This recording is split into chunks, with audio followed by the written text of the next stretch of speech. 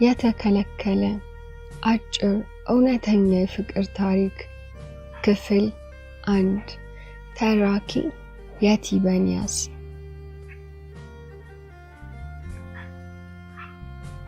ገና በልጅነቴ ነበር አባቴ ለሀብታም ጓደኛው እኔን እንደሚድረው ቃል የገባለት።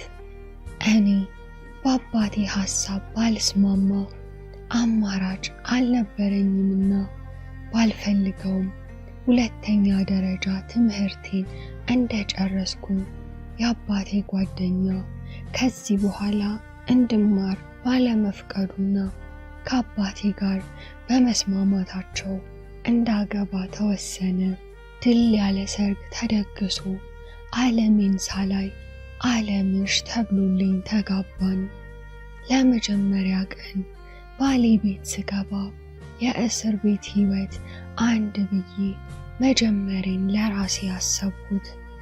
መረረኝም ጣፈጠኝም አማራጭ አልነበረኝምና የቤት እመቤትነት ኑሮ ሳልፈልግ አንድ ብዬ ጀመርኩትኝ። ቀናቶች ተቆጥረው ወራትን ወለዱ። ባሌ ትልቅ ሰው ከመሆኑ ባሻገር ለእኔ መልካም ለመሆንና ካለሁበት የሐዘን ኑሮ ሊያወጣኝ ይጥራል። እውነት ለመናገር ክፉ የሚባል አይነት ሰው አይደለም። አንዳንዴ ፈገግ ብዬ ካየኝ በደስታ የሚሆነውን ነው የሚያጣው። የሚጎልብኝ አንድም ነገር የለም። ባዶ የሚባል አይነት ኑሮ ልኑር እንጂ ማንኛውም ሴት የምትመኘው አይነት የድሎት ሕይወት ነው የምኖረው። ያልኩትን ነገር በመፈጸምም ሆነ የሚያስፈልጉኝን ነገሮች በማሟላት ወደ ኋላ አይልም። ግን እኔ ከአባቴ እኩያ ጋር በፍቅር አብሮ መክነፍ የማላስበው ሆነ። በቃ ጭራሽ የሚሆኑልኝ ነገሮች አባት ለልጁ የሚያደርገውን እንክብካቤ አድርጌ እስከ መቁጠር ደርሻለሁ። ከባለቤቴ አቶ ሽፈራው ጋር እስካሁን አንሶላ አልተጋፈፍንም። ለየብቻ ነው የምናድረው። እንዲህ ፍላጎቴን ማሟላት ከባድ መስዋዕትነት ይጀምራል። እኔ ፈቃደኛ ባለመሆኔና ለዚህ ነገር ዝግጁ እስከመሆን እንዲታገሰኝ ስነግረው ቅር ቢለውም ፍላጎቴን አልተቃወምም። ለዛም ነው ጥሩ ሰው መሆኑን በአንደበቴ የምመሰክረው። ግን አንድ ነገር እርግጠኛ ሆኜ ያውቃለሁ። እንደሚወደኝ አንድ ቀን አባቴ ሊጠይቀኝ ሲመጣ እኔ ሌላ ክፍል እንደምተኛ አውቆ በጣም ተበሳጨ። ይህ አይነት ወርቅ ሕይወት ሰጥቼሽ ምን ፈልገሽ ነው እንዲህ የምትሆኚው ሲለኝ የአባቴ እንደዛ መበሳጨት አልገባኝም። ባለቤቴ እንኳን የእርሱን ያህል አልተማረረብኝም። ነገሮችን ገና መቀበል እንዳልቻልኩና ትንሽ ጊዜ እንዲታገሰኝ ለባሌ ነግሬው መስማማቱን ስነግረው እስከ መቼ ነው የሚታገስሽ? ዓመት ሊሞላችሁ ምን ቀረ? ባይሆኑ ልጅና ይህንን ሀብት የሚወርስ ልጅ ሰተሽ አስደስችው አለ። እኔ በወልድ ሀብቱ የሱ የሚሆን ይመስል ነገሮችን እንደማስተካክል ቃል ገብቼለት ከስንት ጭቅጭቅ በኋላ አሳመንኩት። ባሌ ደውሎ የመጨረሻ ልጁ ነገ ከአውስትራሊያ እንደሚመጣና የሚያስፈልግ ነገር ካለ ለሰራተኞቹ ነግሬ እንዲያስተካክሉ በትህትና ጠየቀኝ። ሁሉም እንደሚሟላና እንዳያስብ ነግሬው አመስግኑኝ ስልኩ ተዘጋ። ዛሬ ለምን እንደሆነ ባላውቅም ደስ የሚል ስሜት ተሰምቶኛል። በጠዋት ተነስቼ ቤቱ መስተካከልና አለመስተካከሉን ቼክ አደረግኩ። ምሳ ምን መዘጋጀት እንዳለበት ነግሬያቸው ተጣጥቤ ፀጉሬን ልሰራ ወደ ፀጉር ቤት ሄድኩኝ። ከፀጉር ቤት እንደጨረስኩ የምፈልጋቸውን ነገሮች ገዛዝቼ እቤት ስገባ ነበር ባየሁት ነገር ባለሁበት ደረቄ ቀረሁት። አይ እንዴት ነሽ ሔዋን? አለኝ ደስ የሚል ቃና ባለው ኮርናና ድምፅ። እንኳን ደህና መጣህ ማክቤል። አሃ ማክቤል ብሎ እጁን ለሰላምታ ዘረጋልኝ። ለደቂቃዎች እጁን ሳለቅ ፈስሼ በቆምኩበት ቀረሁኝ። ዋው አባቴ ሚስቱ ቆንጆ እንደሆነች ቢነግረኝም እንደዚህ አልጠበቅኩሽም ነበር አለ እጁን ከእጄ ያላቀቀ። አመሰግናለሁ። እባክህ አረፍ በል፣ መኝታ ቤት ገብቼ መጣሁ ብዬው የመሮጥ ያህል ካጠገቡ ጠፋው። አልጋዬ ላይ በጀርባዬ ተኝቼ የማክቤል ውበት ከፎቶ ይልቅ በአካል እንደሚያምርና እኔ ሳየው መደንገጥ እያሰብኩኝ ነበረ። ድንገት በሬ ተንኳኳው። ሔዋን የባሌ ድምፅ ነበር። አቤት አልኩት በድንጋጤ ካልጋዬ እየተነሳው። ነይ እንጂ ምሳ እየጠበቅንሽ ነው አለኝና ወደ ታች ወረደ። ሊያምርብኝ የሚችለውን ቀሚስ መምረጥና ራሴን በማስዋብ ጊዜ ወሰድኩኝ። ልክ ወደ ታች ስወርድ ማክቤል ፊት ለፊት ነበረ የተቀመጠው። እግሬ ሲተሳሰር ታወቀኝ። እንደምንም ራሴን አረጋግቼ ስላስቆየኋችሁ ይቅርታ ብዬ ከባሌ አጠገብ ተቀመጥኩኝ። ባሌ ዛሬም እንደ ሁል ጊዜው አምሮብሻል አለኝ እጄን እየሳመ። ለመጀመሪያ ጊዜ ነው እንዲህ ሲያደርግ። ደንግጬ እጄን ከእጁ መነጨኩትና የማክቤልን ገጽታ ተመለከትኩኝ። ምንም አልመሰለውም። ሚስት ቆንጆ ናት አባዬ፣ ለራስህ ታውቅበታለህ አለው እየቀለደ። ለምን እንደሆነ ባላውቅም በንግግሩ ተናደድኩኝ። ብሽቅ አልኩኝ በውስጤ። ምን ነካሽ ሔዋን? አንቺ ያገባሽ ሴት ነሽ አልኩኝ ለራሴ። ምሳ ተበልቶ እንዳለቀ ማክቤል ማረፍ እንደሚፈልግ ተናግሮ ወደ ክፍሉ ገባ። ሳላስበው በዓይኔ ተከተልኩት። ቆሞ ሁኔታዬን ሲመለከት የነበረው ባሌ ዛሬ ደስ ያለሽ ትመስያለሽ አለኝ። የባሌ ድምፅ ነበር ከሐሳቤ ያነቃኝ። ምን ተገኝቶ ነው? ያው እንደበፊቱ ነኝ። ልግባና ትንሽ አረፍ ልበል፣ ራሴን አሞኛል አልኩት እየተርበተበትኩኝ። መድኃኒት ውሰጂ፣ ምናልባት ፀጉርሽን ስለተሰራሽ ይሆናል አለኝ። ይሆናል፣ ልግባና ልረፍበት ብዬው ወደ ክፍሌ ሄድኩኝ። አልጋዬ ላይ ካደም እንዳልኩ ነኝ። የማላውቀው የተዘበራረቀ ስሜት ይሰማኛል። ደጋግሜ ማክቤልን አስብና ፈገግ እላለሁ።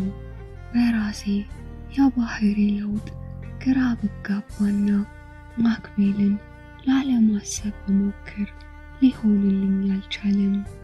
ቀን ከሌሊት እርሱን ብቻ ነው የማስበው። በዚህ ሁኔታ ውስጥ እያለው ቀናቶች ተቆጠሩ። ማክቤል ያሉት ጓደኞች ውስን በመሆናቸው እነርሱም ከስራ ውጪ ብቻ ስለሚያገኙት አብዛኛውን ጊዜ ብቻውን ነው የሚያሳልፈው። አንድ ቀን ታዲያ ወደ ውጪ ሲወጣ ስፖርት ሰርቶ ደክሞት በጀርባው መሬት ላይ ተኝቷል። በላብ የራሰው ሰፊ ደረቱና ተክለ ሰውነቱ ከከለሩ ጋር ታይቶ አይጠገብም። እዛው እንደተኛ ቀና ብሎ እያየኝ እንደምን አደርሽ አለኝ። ሰላም፣ እንዴት አደርክ? ደክሞህ ነው አልኩት። አዎ ትንሽ አለ ለመነሳት እየሞከረ። በእናትሽ በድብርት እኮ ልሞት ነው። ለአባቴ ልንገረውና ከፈቀደ ምን ይመስልሻል? ዛሬ ከእንጀራ እናቴ ጋር ምሳ ውጪ አብረን ብንበላ አለኝ። አባባሉን ስላልወደድኩት ቀና ብዬ አይቼው ወደ ውስጥ ልገባ ስል እየሮጠ መጥቶ እጄን ያዘኝ። ልቤ በኃይል ሲመታ ይታወቀኛል። ፕሊስ እንዳይከፋሽ፣ ለመቀለድ ያህል ነው፣ ይቅርታሽ። በልምምድ እሺ፣ ግን ሁለተኛ እንዳትደግመው አልኩትኝ። አልደግሞም። እና ተስማማሽ? አባቴን ላስፈቅደው አለኝ። እሱ እንደምንሄድበት ቦታ ይወሰናል አልኩትኝ። ቁርስ ላይ ተቀምጠን አባዬ ዛሬ ሚስትን ባስኮበልልብህ ቤት መቀመጥ ሰልችቶኛል፣ ብቻዬን ደግሞ ምንም አላውቅም፣ ምሳ አብረን ብንበላና አንዳንድ ነገሮችን አብረን ብናይስ አለው። ባለቤቴ ቀና ብሎ ሲያየኝ ምንም አይነት ቅር የመሰኘት ነገር የለብኝም። እንደውም ፈገግ ሁላ ብያለሁ። ባይሆን የእርሱ ገጽታ ተቀያይሯል። ግን ምንም ማለት ስላልቻለ አይፈልግም። ጥሩ ነው፣ ግን አትቆዩ አለው። ደስታዬን መቆጣጠር አልቻልኩም። ኧረ ፊቴ ላይ ሁላ ያስታውቃል። የማክቤል ውበቱ፣ እርጋታውና ስርዓቱ ከቀን ወደ ቀን ልቤን እየገዛው ነው። ቁርስ በልተን ስንጨርስ ባለቤቴን ተሰናብቶ ወደ ቢሮ ሄደ። ማክቤልም እስከምንወጣው ጓደኞቼን በስካይፕ ላውራ ብሎኝ ወደ ክፍሉ ገባ። እኔም ወደ ክፍሌ ገብቼ የምለብሰውን ልብስ መምረጥ ጀመርኩኝ። የቁም ሳጥኑን ልብስ አንድ አልቀረኝም። በየተራ ሁሉንም ሞከርኩት። በመጨረሻ ያመንኩበትን አዘጋጅቼ ሰዓቱ እስከሚደርስ አላስችል ስላለኝ ለዋኝ ወደ ውጪ ሄድኩኝ። በደስተኝነቴ አይደለም ባለቤቴ፣ ሰራተኞቹ ተገርመዋል። ሁሌም ካጠገቤ የማጣፋውና የሚሰማኝን ሁላ የማልደብቃት አዛለች። ሔዋንዬ አለችኝ የሚጠጣ ይዛልኝ እየመጣች። ከእርሷ ጋር ማውራት ደስ ይለኛል። እንደ እናት ነው የምታዝንልኝ። ወይ ያዙ፣ አመሰግናለሁ አልኳትኝ ብርጭቆውን እየተቀበልኳት። አለሜ ምን ተገኝቶ ነው እንደዚህ በደስታ የከነፍሽው? አለችኝ በደስታዬ መደሰቷ ፊቷ ላይ እያስታወቀ። አዙ ብነግርሽ አታምኚኝም አልኳትኝ ከገንዳው ወጥቼ አጠገቧ እየተቀመጥኩ። ንገሪኝ ልስማው ታዲያ አለችኝ እንደ እናት እየደባበሰችኝ። ከማክ ጋር ዛሬ ለምሳ ልንወጣ ነው አልኳት እንደ ሕፃን እየፈነደኩኝ። አረ ቆይ ቆይ ቆይ እንዴት ሆኖ አለች ፊቷን ፈታ ኮስተር እያደረገች። አዙ ሆነ፣ ማክ ሽፈራውን አስፈቀደ፣ እርሱም ተስማማ። ደስ አይልም አልኳትኝ። አረ እኔስ ምኑም ደስ አላለኝም ሔዋንዬ። ምን አስበው እሺ ያሏችሁ ጋሼ? ለማንኛውም ተጠንቀቂ አለሜ ብላኝ ወደ ውስጥ ገባች። እኔም ተመልሼ መዋኘቴን ጀመርኩኝ። ግን የአዛለችን ንግግር እያሰብኩኝ ነበረ። የዛሬው ደስታዬ ምንም ነገር እንዲያጠወልገው አልፈልግም። እቤት ገብቼ መዘገጃጀት ጀመርኩኝ። አዲስ ሙሽራ እንኳን ለሰርጓ እኔ ያባከንኩትን ሰዓት አታባክንም። በጣም ለማማርና ቀልቡን ለመሳብ የቻልኩትን ያህል ለፋሁኝ። ልክ እንደጨረስኩኝ በሬ ተንኳኳ። ማክቤል ነበረ። አልጨረሽም አለኝ። አረ ጨርሻለሁ አልኩትኝ። መኪናው ጋር እጠብቅሻለሁ። እሺ መጣሁኝ አልቆይም አልኩት። የት መሄድ እንደምፈልግ ጠይቁኝ። እኔ ምርጫ ወደ አንድ ሬስቶራንት እየሄድን ነው። ስትዋኚ ጎበዝ ነሽ። ድንገት ነበርና የተናገረው። አባባሉ አስደነገጠኝ። ያታየኸኝ አልኩትኝ እንደ ማፈር እያልኩኝ። ቅድምም ሌላም ቀን አይቼሻለሁ። ማን አስተማረሽ? አለኝ። ትምህርት ቤት እያለን አንድ ዋና በጣም የምትወድ ጓደኛ እንደነበረችኝና እርሷ እንዳስተማረችኝ ነገርኩት። አሪፍ ነው፣ እኔም ዋና ወዳለሁ አለኝ። እንዲህ እያወራንና ስለ ግል ታሪኬ አንዳንድ ነገሮችን እየተጫወትን ደረስን። ከመኪናው ወርዶ በር ከፍቶ እጄን ይዞ አወረደኝ። ማክቤል ስነ ስርዓቱ በጣም ነው የሚገርመው። ምሳ እየበላን ድንገት ለምንድን ነው አንቺና አባዬ የተለያየ ክፍል የምትኖሩት? አለኝ። ጥያቄው ድንገተኛ ስለሆነ የኮረስኩት ትናለኝ። እንዴ ምን ነው ጥያቄ የዚህን ያህል አስደነግጣል? አለኝ ውሃ እያቀበለኝ። አይ እንደሱ ማለት አይደለም አልኩት። እና እንዴት ነው? አለኝ ለመስማት የጓጓ በሚመስል ድምፅ። እስኪ ሁሉንም ነገር ንገሪኝ አለኝ። ተመቻችቶ እየተቀመጠ ያለውን ነገር በግልጽ ነገርኩት። ለአባቱ የሚሰማኝን ነገር፣ አባት ለልጁ ከሚያደርገው እንክብካቤ ያልዘለለና የኔም የዛ ቤት ኑሮ ከእስር ቤት ያልተናነሰ መሆኑን ጭምር በሐዘኔታ እያየኝ አይዞሽ አለኝ። ከዚያ ሌላ እኔ የሚያጽናናበት መንገድ የለምና እሺ ያልኩትኝ አንገቴን ደፍቼ። እንዴ ከድብርት እንድታስወጭኝ ይዤሽ ብመጣ ጭራሽ ልታስደብሪኝ ነው እንዴ? አለ ለመቀለድ እየሞከረ። ይቅርታ አልኩትኝ ፈገግ ብዬ።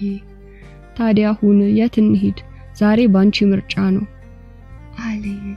ዛሬ የምትለዋ ቃል ሌላ ጊዜም አብረን እንደምንወጣ ተስፋ ሰጠችኝ።